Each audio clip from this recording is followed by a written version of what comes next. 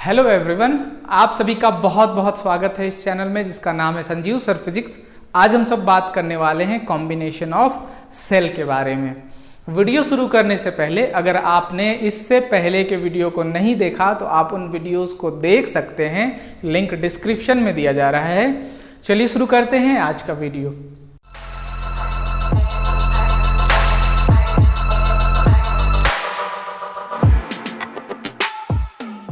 इस वीडियो में हम सब बात करने वाले हैं कॉम्बिनेशन ऑफ सेल के बारे में। सेल कितने तरीके से कंबाइन करते हैं?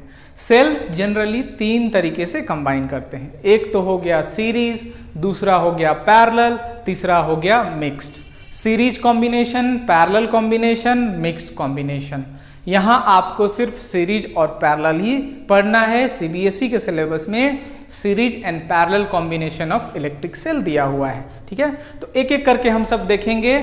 सीरीज कॉम्बिनेशन क्या है, पैरेलल कॉम्बिनेशन क्या है, और सर्किट में सीरीज कॉम्बिनेशन के सर्किट में करंट का एक्सप्रेशन क्या है, और पैरेलल कॉम्बिनेशन के सर्किट में करंट का एक्सप्रेशन क्या है। और भी बहुत सारा कॉन्सेप्ट देखने वाले हैं, एक एक करके हम सब देखते हैं। सबसे पहले ये समझते हैं कि सेल को कंबाइन क्यों किया जाता है। तो डिजायर रेंज ऑफ वोल्टेज और करंट को एक्वायर करने के लिए सेल को कंबाइन किया जाता है ना। So to get desired range of voltage, और वोल्टेज क्या हो सकता है, maximum amount of potential difference क्या होता है, ईएमएफ है ना। यहाँ ईएमएफ यूज होगा, ईएमएफ एंड करंट, क्योंकि जो हमारा सेल होता है, जो इलेक्ट्रिक सेल होता है, वो कैसा करंट देता है, इलेक्ट्रिक सेल देता है डीसी, ठीक है, डायरेक्ट करंट। तो इसमें पावर ज़्यादा नहीं होता है, लो पावर, क्योंकि एसी में ज़्यादा पावर होता है, ठीक है ना, लो पावर होता है और लो पोटेंशियल डिफरेंस भी होता है। लो वोल्टेज जिसको भी बोलेंगे, मतलब डीसी सप्लाई में वोल्टेज बहुत ही कम होता है। तो वोल्टेज को बढ़ाने के लिए, करंट को बढ़ाने के लिए, या ईएमएफ को बढ़ाने के लिए, करंट को बढ़ाने के लिए हम सब कंबाइन करते हैं सेल को, है ना, बढ़ाने घटाने के लिए, जैसा डिजायर रेंज चाहिए वोल्टेज और करंट का। तो सबसे पहले हम सब यहाँ समझ चुके हैं, to get desire range of voltage which may be EMF and current, है ना, we connect the cell, we combine the cell, ठीक है, सेल को कंबाइन करते हैं। तो कितने तरीके से कंबाइन किए जा सकते हैं सेल, आपको बताया गया। सेल्स कैन बी कंबाइन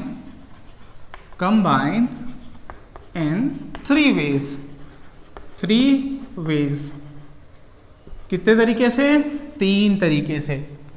कौन कौन से तरीके? पहला, सीरीज कॉम्बिनेशन। सीरीज कॉम्बिनेशन में कैसे करते हैं, पॉजिटिव नेगेटिव, नेगेटिव पॉजिटिव। दूसरा, पैरेलल कॉम्बिनेशन। पैरेलल कॉम्बिनेशन में कैसे करते हैं, पैरेलल कॉम्बिनेशन में पॉजिटिव पॉजिटिव, नेगेटिव नेगेटिव। और तीसरा है mixed combination. Mixed combination, mix में आपको पॉजिटिव नेगेटिव सब मिलाकर किया जाता है ना। सो पहला सीरीज कॉम्बिनेशन। सीरीज कॉम्बिनेशन में कैसा कंबाइन करते हैं, पॉजिटिव को नेगेटिव के साथ, नेगेटिव को पॉजिटिव के साथ। और पैरेलल कॉम्बिनेशन में कैसे करते हैं, पॉजिटिव को पॉजिटिव के साथ, नेगेटिव को नेगेटिव के साथ। और मिक्स में सब सारे मिक्स होते हैं। मिक्स हम सबको नहीं पढ़ना है, सीरीज और पैरेलल पढ़ना है। अब एक एक करके हम सब देखते हैं, सीरीज कॉम्बिनेशन क्या है, पैरेलल कॉम्बिनेशन क्या है। यहाँ आपको बताया गया कितने तरीके से कंबाइन किए जाते हैं। और डीसी सोर्स के बारे में, बैटरी या सेल जो होता है हमारा डीसी सोर्स होता है। बैटरी क्या है, कॉम्बिनेशन ऑफ 2 और मोर सेल, है ना, 2 या 2 से अधिक सेल को आपस में जब कनेक्ट करते हैं तो क्या बनता है, बैटरी बनता है। बैटरी के जगह में हम सब यूज कर सकते हैं बैटरी एलिमिनेटर। बैटरी एलिमिनेटर जो एक्सपेरिमेंट में आप यूज करते हैं। तो पहला हम सब देखेंगे सीरीज कॉम्बिनेशन। सीरीज कॉम्बिनेशन, इसके अंदर सब टॉपिक भी आपको मिलेंगे। Series combination of cell. ठीक है, सीरीज कॉम्बिनेशन कैसे करेंगे? सो इसमें क्या करते हैं, इन सीरीज कॉम्बिनेशन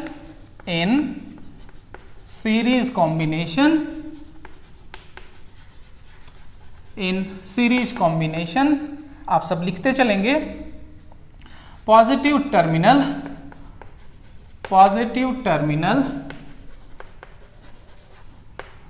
ऑफ सेल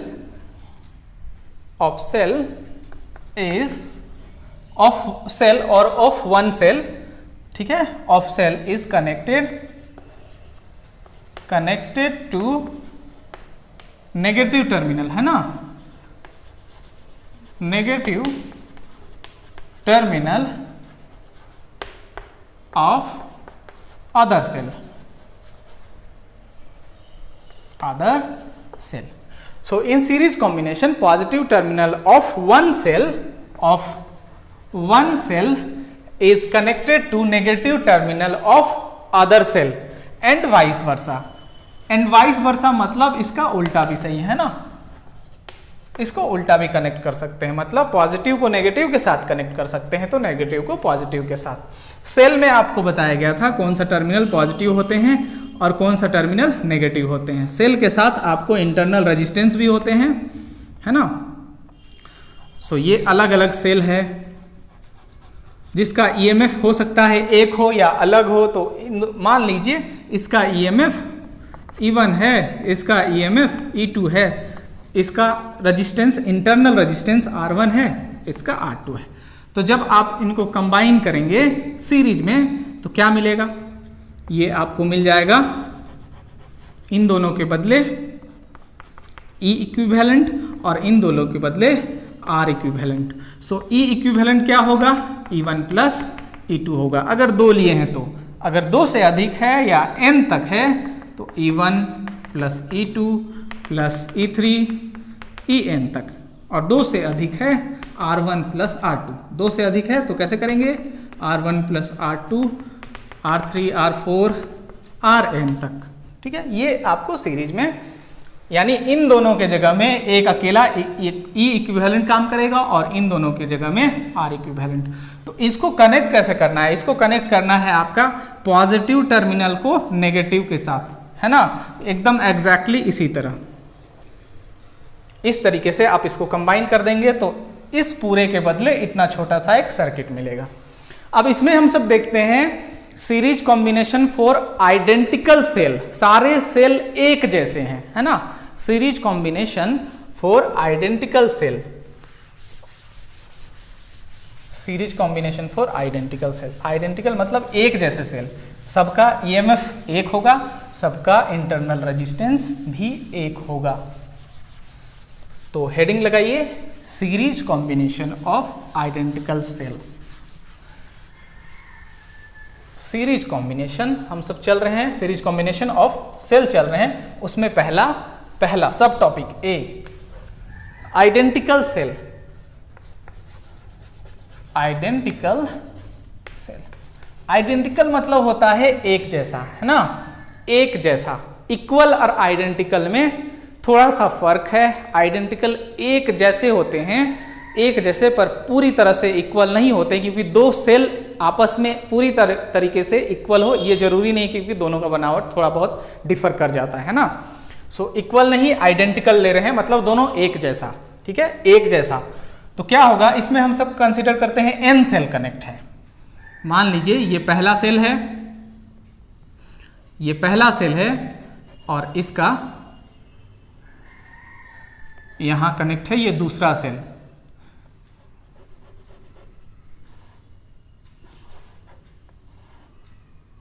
और ये तीसरा सेल। इस तरीके से n सेल कनेक्ट है। ठीक है, ये हो गया सेल 1, ये हो गया सेल 2, ये हो गया सेल 3 और ये आपका nth सेल। तो सभी के ईएमएफ E होंगे, इंटरनल रेजिस्टेंस R होंगे। तब क्या होगा, सभी का E सभी का R। और ये सारा आपस में मान लीजिए एक एक्सटर्नल रेजिस्टेंस से कनेक्टेड है। एक्सटर्नल रेजिस्टेंस मतलब जब भी आप सेल को कंबाइन करेंगे तो किसी ना किसी सर्किट से आप इसको जोड़ेंगे। तो एक्सटर्नल सर्किट यहाँ जो आपको एक्सटर्नल रेजिस्टेंस दिया जा रहा है आर, वो कुछ भी हो सकता है, वो बल्ब हो सकता है, कुछ भी डिवाइस हो सकता है, कोई भी सर्किट हो सकता है, ये एक्सटर्नल। इसमें आपको करंट का डायरेक्शन क्या होता है, करंट का डायरेक्शन पता है, पॉजिटिव टू नेगेटिव होता है आउटसाइड द सर्किट। सर्किट में आपको क्या होता है, इस तरीके से, इस तरीके से। और सेल के अंदर क्या हो जाता है, सेल के अंदर हो जाता है नेगेटिव टू पॉजिटिव।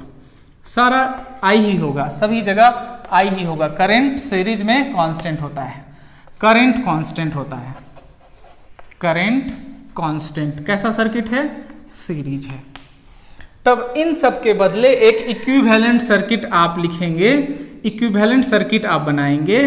वो कैसा होगा, वो भी एक ईएमएफ आप बताएंगे और एक इंटरनल रेजिस्टेंस बताएंगे जो एक्सटर्नल रेजिस्टेंस आर से कनेक्टेड है। तो यहां क्या हो जाएगा, ये आपका आर और ये हो जाएगा ई इक्विवेलेंट और ये हो जाएगा आर इक्विवेलेंट। तो ई इक्विवेलेंट कितना होगा और आर इक्विवेलेंट कितना होगा। देखिए इसमें प्लस माइनस लिखने की जरूरत नहीं है, बड़ा वाला जो लाइन है वो पॉजिटिव होता है, छोटा वाला नेगेटिव होता है, इसी एंगल से इसको बनाया जाता है। तो पॉजिटिव नेगेटिव लिखने की जरूरत नहीं है।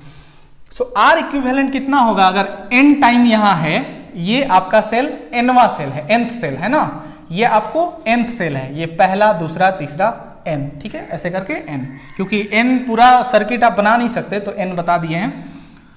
इसमें आर इक्विवेलेंट क्या हो जाएगा, R plus R plus R plus nth term तक, मतलब एन आर।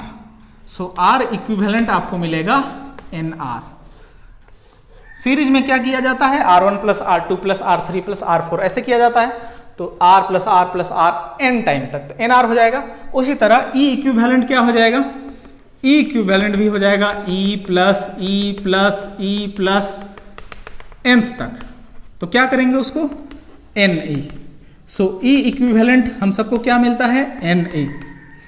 अब देखिए सर्किट में टोटल रेजिस्टेंस कितना है, total resistance of circuit, total resistance कितना हो जाएगा, ये जो रेजिस्टेंस है वो इसके साथ सीरीज में है, तो हो जाएगा आपको R equivalent plus R. Total resistance क्या हो जाएगा, टोटल रेजिस्टेंस आपका हो जाएगा आर इक्विवेलेंट प्लस आर, मतलब ये आर इक्विवेलेंट, इसके साथ ये आर सीरीज में कनेक्ट है। तो आर इक्विवेलेंट हम सबके पास कितना है, आर इक्विवेलेंट है एन आर और एक्सटर्नल रेजिस्टेंस आर। अब इसमें आपको कैलकुलेट करना है करंट। तो करंट क्या हो जाएगा, यहां सर्किट में आपको डायरेक्शन शुरू में बता दिया गया है, एकदम सेम डायरेक्शन होगा, है ना। करंट क्या हो जाएगा, total EMF by total resistance, total resistance. Total EMF कितना है, टोटल ईएमएफ है आपका ई इक्विवेलेंट, और टोटल ईएमएफ इक्विवेलेंट ईएमएफ भी हो सकता है, ठीक है। सो ई इक्विवेलेंट आपको है और total resistance N R plus R, ये करंट आपका निकल गया। तो I हो गया E equivalent upon N R plus R. E equivalent के जगह में लिख सकते हैं एन ई और यहाँ एन आर प्लस आर। तो यहाँ हम सबको I का एक्सप्रेशन मिल गया, करंट का एक्सप्रेशन क्या मिल गया, N times single AMF E है ना, और एन आर प्लस आर। ये अब इसमें हम सबको देखना है स्पेशल केस। स्पेशल केस मतलब क्या हो, अगर एक्सटर्नल रेजिस्टेंस बहुत बड़ा हो तब क्या होगा। एक्सटर्नल रेजिस्टेंस मान लेते हैं, पहला केस स्पेशल केस हम सब लेते हैं। स्पेशल केस इसमें क्या लेना है, if R is much greater than n R, मतलब एक्सटर्नल रेजिस्टेंस बहुत बड़ा है एन आर से, मतलब आर इक्विवेलेंट से, ठीक है, यही है आर इक्विवेलेंट एन आर। तब क्या होगा, तब आप ये expression n R plus R को क्या लिख सकते थे, एन आर प्लस आर को आप क्या लिखेंगे, ये लगभग अप्रोक्स हो जाएगा आर के बराबर। तब करंट क्या हो जाएगा, तब करंट हो जाएगा I is equals to n E upon N R plus R के जगह में लिखना है R, ठीक है। सो ये I आपको मिल गया N times E by R क्या हो जाएगा, current due to single cell. So यहां लिख दिया गया है I single. So current in the circuit, current in the equivalent circuit is N times current due to single cell, ठीक है ना। I सिंगल मतलब एक सेल की वजह से करंट है। तो ये बहुत इफेक्टिव होगा, हम जितना ज़्यादा सेल लेंगे उतना टाइम से मल्टीप्लाई होके हमको आंसर मिल जाएगा। दूसरा केस आप ले सकते हैं, if R is much much less than n R, तब एन आर क्या हो जाएगा, एन आर प्लस आर क्या हो जाएगा, ये आपको एन आर ही मिलेगा। और आपको ये एक्सप्रेशन क्या हो जाएगा, ये एक्सप्रेशन आपका I हो जाएगा n E upon N R, ठीक है। तो ये E बाय आर, तो ये कुछ इस एक्सप्रेशन का ये करंट ड्यू टू क्या हो गया, E by R, current due to single cell हो गया। इसमें आपको कोई ज़्यादा इफेक्टिव नहीं मिला। I is equals to E by R expression आपको मिलता है। अब हम सब देखते हैं different cell in series combination, है ना। क्या हो अगर सभी डिफरेंट सेल को सीरीज में कनेक्ट किया जाए। डिफरेंट सेल कहने का मतलब सभी के ईएमएफ अलग अलग होंगे, सभी के ईएमएफ अलग अलग होंगे और सभी के इंटरनल रेजिस्टेंस भी अलग अलग होंगे, और इन सबको सीरीज में कनेक्ट कर देना है। तब क्या होगा, सो दूसरा हम सब बी शुरू करेंगे सीरीज के अंदर। सब टॉपिक बी सीरीज के अंदर क्या है, डिफरेंट सेल। पहला आइडेंटिकल सेल था, दूसरा है डिफरेंट सेल। तो डिफरेंट सेल में क्या है, अलग अलग ईएमएफ होगा। मतलब ये पहला सेल है, इसका ईएमएफ E1 होगा, इसका R1 होगा, और ये कनेक्ट होगा किसी दूसरे सेल से, क्योंकि नेगेटिव का कॉम्बिनेशन पॉजिटिव के साथ होता है। यहां भी इसी तरह आपको करना है, ये E2 हो जाएगा और ये R2 हो जाएगा। ये पॉइंट का नाम आपको दे देना है A, B, C, ठीक है। अब सभी केस में हम सबको लिखना है potential difference. Potential difference AB का क्या होगा और BC का क्या होगा, है ना। पोटेंशियल डिफरेंस बिटवीन AB, है ना, बिटवीन AB मतलब पहला सेल का। तो क्या लिखेंगे, VAB मतलब VA माइनस VB। इसी तरह लिखेंगे पोटेंशियल डिफरेंस ऑफ BC मतलब दूसरे सेल का। तो क्या लिखते हैं, VBC, VB माइनस VC। अब सभी केस में आपको पहले बताया गया था EMF क्या होता है, EMF होता है V प्लस IR। इनके बीच में रिलेशन बताया गया था, EMF और पोटेंशियल के बीच में रिलेशन बताया गया था। तो होता है EMF होता है terminal potential plus internal resistance के कारण पोटेंशियल डिफरेंस, ठीक है।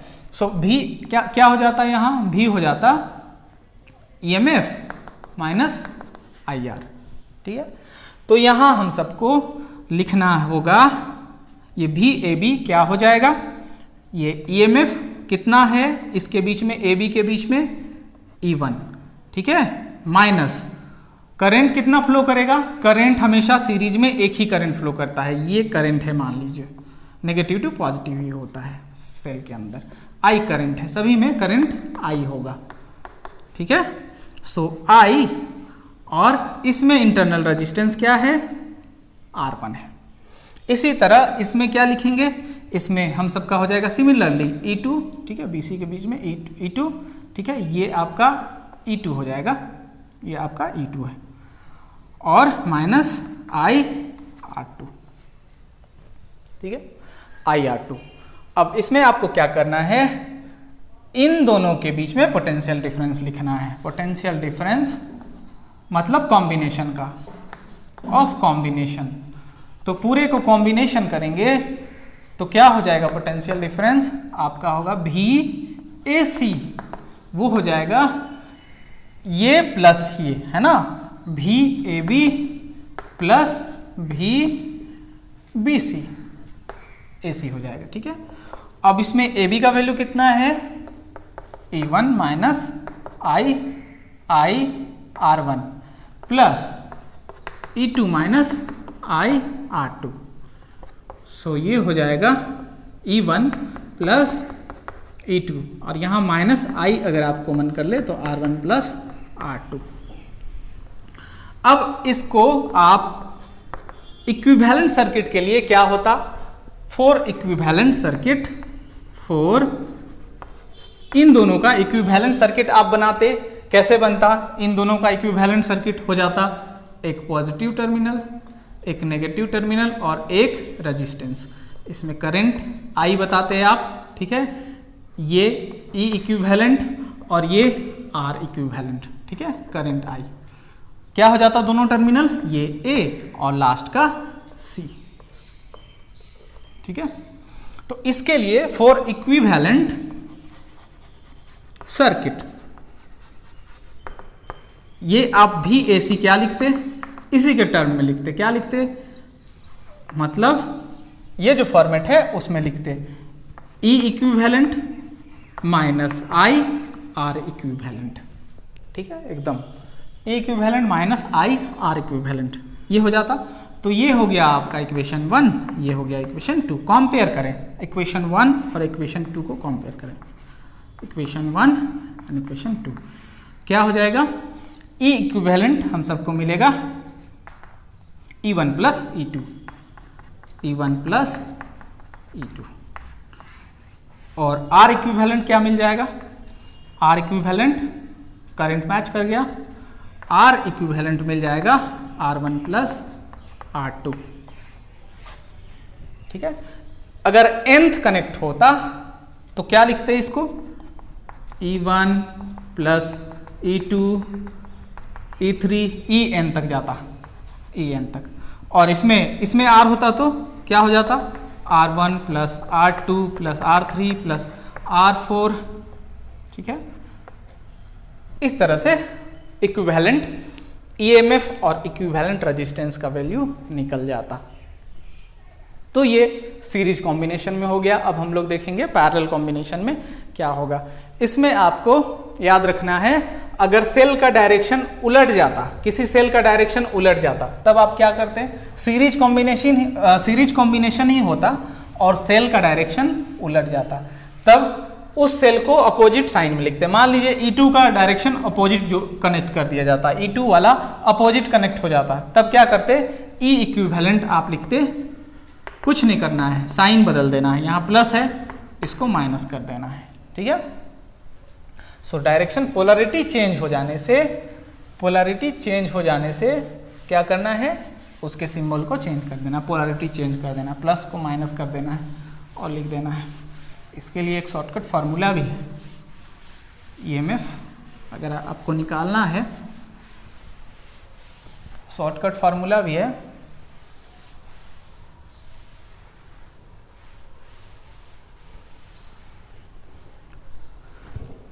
शॉर्टकट फार्मूला क्या है, EMF निकालने का n-2m E। ठीक है, इक्विवेलेंट निकालने का, n है total number of cell, m है इन्वर्टेड पोलैरिटी, मतलब m सेल इन्वर्ट कर दिया गया। ठीक है, टोटल कितना सेल है, टोटल है सेल n, उसमें से m को इन्वर्ट कर दिया गया, तो इक्विवेलेंट EMF आपको निकलेगा n-2m इंटू E। E होगा कोई एक सेल का EMF, सभी आइडेंटिकल सेल के लिए है ये। ठीक है, आइडेंटिकल सेल के लिए ये फॉर्मूला लागू होता है। ठीक है, तो अब हम सब दूसरा देखते हैं, पैरेलल कॉम्बिनेशन। पैरेलल कॉम्बिनेशन में क्या हो जाएगा, इसमें भी हम सब पहले आइडेंटिकल सेल लेंगे, फिर लेंगे A identical cell.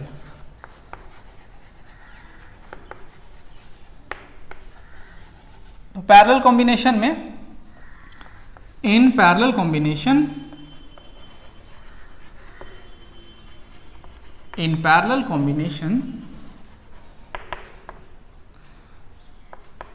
Positive terminal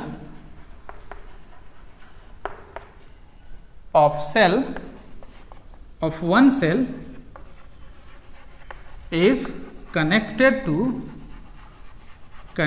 to positive terminal of other cell and vice versa. Terminal of other cell and vice versa, मतलब इसका उल्टा भी सही, पॉजिटिव को पॉजिटिव, नेगेटिव को नेगेटिव से कनेक्ट किया जाता है। ठीक है, कुछ इस तरह से, जैसे ये एक सेल है और दूसरा सेल ऐसे, तो इन दोनों को आपस में कनेक्ट कर दिया जाएगा और इन दोनों को आपस में, इनका इंटरनल रेजिस्टेंस भी होगा। ठीक है, तो इन दोनों को आपस में कंबाइन किया जाएगा। तो आइडेंटिकल सेल में हम सब कैसे कंबाइन करेंगे? आइडेंटिकल सेल लेकर चलते हैं, सारे सेल एक जैसे, सारे सेल एक जैसे होंगे, तब कैसे होगा?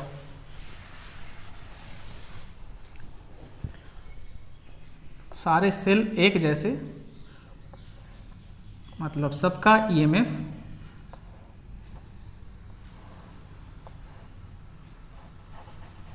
एक ही होगा, सबका इंटरनल रेजिस्टेंस एक होगा।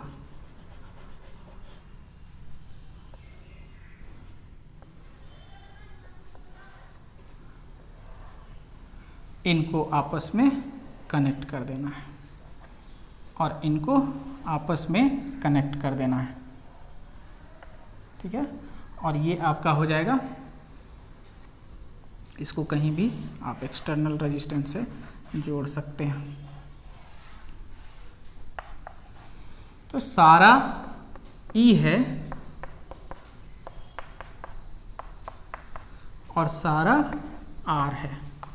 तो पैरेलल कॉम्बिनेशन में क्या होता है, सभी जगह इक्वल पोटेंशियल होता है। सो यहाँ क्या हो जाएगा, ई इक्विवेलेंट जो होगा ई के बराबर हो जाएगा, क्योंकि यहाँ पोटेंशियल डिवाइड नहीं होते हैं, सारे में सारे पॉजिटिव एक साथ कनेक्ट हैं और सारे नेगेटिव एक साथ। ठीक है, सो आपको ई इक्विवेलेंट हो जाएगा, लेकिन रेजिस्टेंस क्या हो जाएगा, 1/r equivalent 1/r plus 1/r plus 1/r, ऐसे nth टर्म तक जाएगा। ठीक है, इसमें हम सब m लेते हैं, उसमें n ले चुके हैं, इसमें m लेते हैं। ठीक है, सो 1/r इक्विवेलेंट क्या हो जाएगा, ये हो जाएगा m/r, m तक जाएगा m/, सो r इक्विवेलेंट क्या हो जाएगा, r/m। ठीक है, और करंट क्या हो जाता है, इसका इक्विवेलेंट हम सब बनाते हैं। इसका इक्विवेलेंट सर्किट कैसे बनता, इसका इक्विवेलेंट इस तरीके से बन जाता, ये ई इक्विवेलेंट और ये आर इक्विवेलेंट।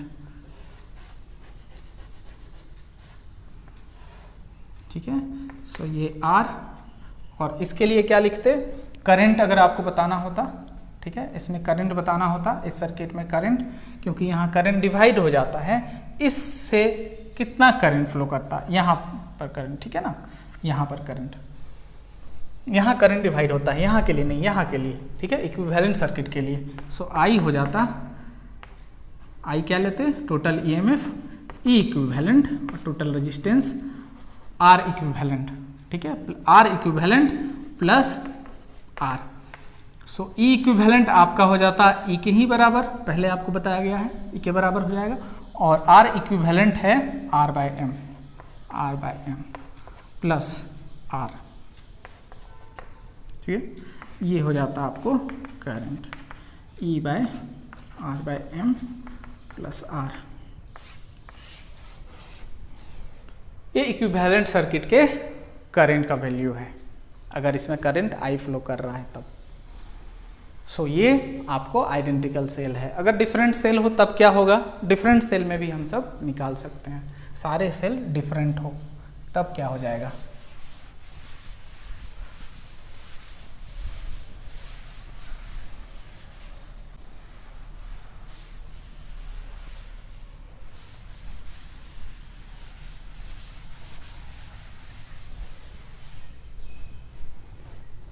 बी।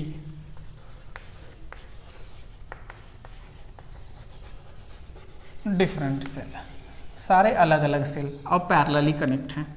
तो इसको हम सब ऐसे जोड़ के देखते हैं,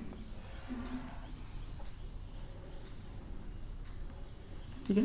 ये पॉजिटिव टर्मिनल, ये नेगेटिव टर्मिनल और इसमें इंटरनल रेजिस्टेंस, ठीक है। और ये कनेक्ट है, आपको दोनों सर्किट इसी तरह होगा लगभग, ये पॉजिटिव ये नेगेटिव और इसमें एक इंटरनल रेजिस्टेंस। तो ये हो गया E1, ये हो जाएगा E2। आप इसको और भी तरीके से कंबाइन कर सकते हैं, ऐसा फिगर बने जरूरी नहीं है। ये R1 ये R2। तो करंट का डायरेक्शन ऐसा हो जाएगा, यहाँ जो करंट होगा वो करंट I हो जाएगा, ठीक है। और ये क्या हो जाएगा, मान लीजिए ये पहला करंट है, डिवाइड होता है, जंक्शन में डिवाइड होता है। इसके बाद हम लोग किरचॉफ्स रूल देखेंगे। ये I2, तो यहाँ जो करंट है I, ठीक है, वो हो जाएगा I1 plus I2, I1 plus I2। तो हम सबको पता है, इसके लिए अगर हम सब लिखना चाहें, इसके लिए लिखना चाहें पोटेंशियल डिफरेंस का वैल्यू, तो क्या हो जाएगा, पहले टर्मिनल के लिए इसके लिए हो जाएगा फॉर फर्स्ट सेल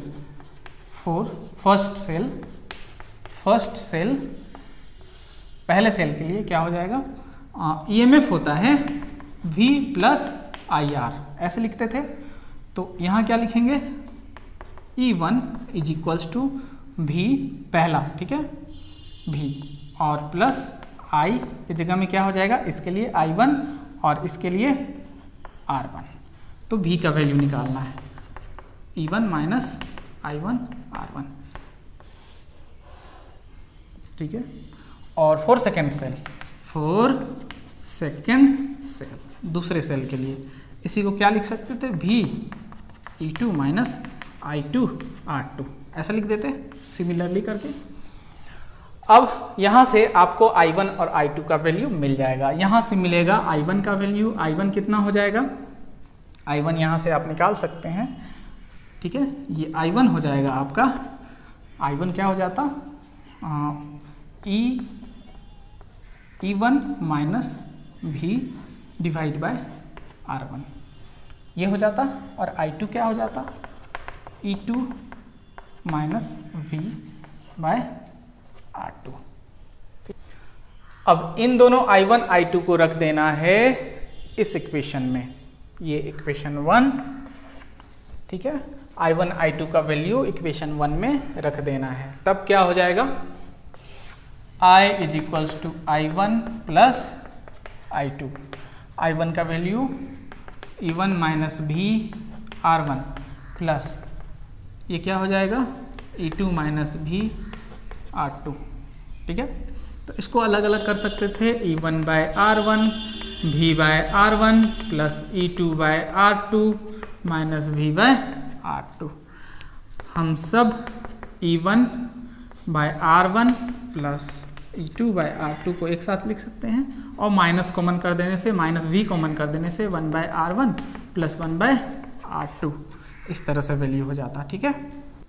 इसको क्या लिख सकते थे, आप इसको लिख सकते थे E1 by R1 plus E2 by R2 minus V, ये हो जाता R1 R2 और ये हो जाता R1 प्लस R2। तो यहाँ हमको लिखना है V के इक्वल करना है। तो V के इक्वल क्या हो जाएगा, अगर हम V लिखना चाहें, इसमें से V क्या होगा, तो V लिखना चाहें तो ये नेगेटिव, ये आपका पॉजिटिव, ये सेंस हो जाएगा V, ठीक है। ये V आप इसको इधर रख सकते हैं, R1 plus R2 R1 R2, ठीक है। और ये हो जाएगा R1 E2 R2 और ये I। और इसको अगर आप सॉल्व करना चाहें तो इसको आप सॉल्व कर सकते हैं, थोड़ा सा टीडियस जा रहा है और इससे आपको डरना नहीं है, आपको इसको सॉल्व करना है। कैसे सॉल्व होगा, V इज इक्वल्स टू अगर लिखना चाहें तो ये क्या हो जाएगा, इधर चला जाता, मतलब इन्वर्ट होके इसको तो डिवाइड करके ख़त्म कर देता। E1 R2 E2 R1 और ये R1 R2 हो जाता, इसके नीचे में ये आ जाता, ठीक है। तो ये क्या हो जाता, R1 R2 R1 plus R2, ठीक है। फिर क्या हो जाता, I है, I के साथ इन्वर्ट करके लिख देते I, और ये क्या हो जाता R1 R2 R1 plus R2, ठीक है। सो V का टर्म हो जाता E1 R2 E2 R1, और ये R1 R2 कैंसिल हो जाता, R1 प्लस R2 हो जाता, minus I R1 R2 R1 plus R2। अब इसको कंपेयर करेंगे हम सब इक्विवेलेंट सर्किट से। इसका इक्विवेलेंट आप कैसे बनाते हैं, बस सिंपल है, कुछ नहीं करना था, बस ये आपका इक्विवेलेंट हो जाता, E के जगह में E इक्विवेलेंट, R के जगह में R इक्विवेलेंट। तो इसके लिए V का एक्सप्रेशन लिखते, तब क्या होता, E equivalent minus I R equivalent. तो E इक्विवेलेंट और इसके साथ कंपेयर कर लेते, ठीक है। तो E इक्विवेलेंट आपका ये हो जाता, E इक्विवेलेंट हो जाता E1 R2 plus E2 R1 R1 plus R2, और R इक्विवेलेंट क्या हो जाता, R इक्विवेलेंट हो जाता R1 R2 R1 plus R2। ये वैल्यू आपको निकल जाता। सो यहाँ इक्विवेलेंट EMF और इक्विवेलेंट रेजिस्टेंस, इंटरनल रेजिस्टेंस का वैल्यू मिल गया। आप इसको और भी फॉर्म में लिख सकते हैं। इसको आप क्या लिख सकते थे, 1/R equivalent 1/R1 plus 1/R2 plus, जितना आप आगे बढ़ा सकते थे 1/RM तक लिख सकते थे अगर ज़्यादा है तो। उसी तरह इसको भी आप कर सकते थे।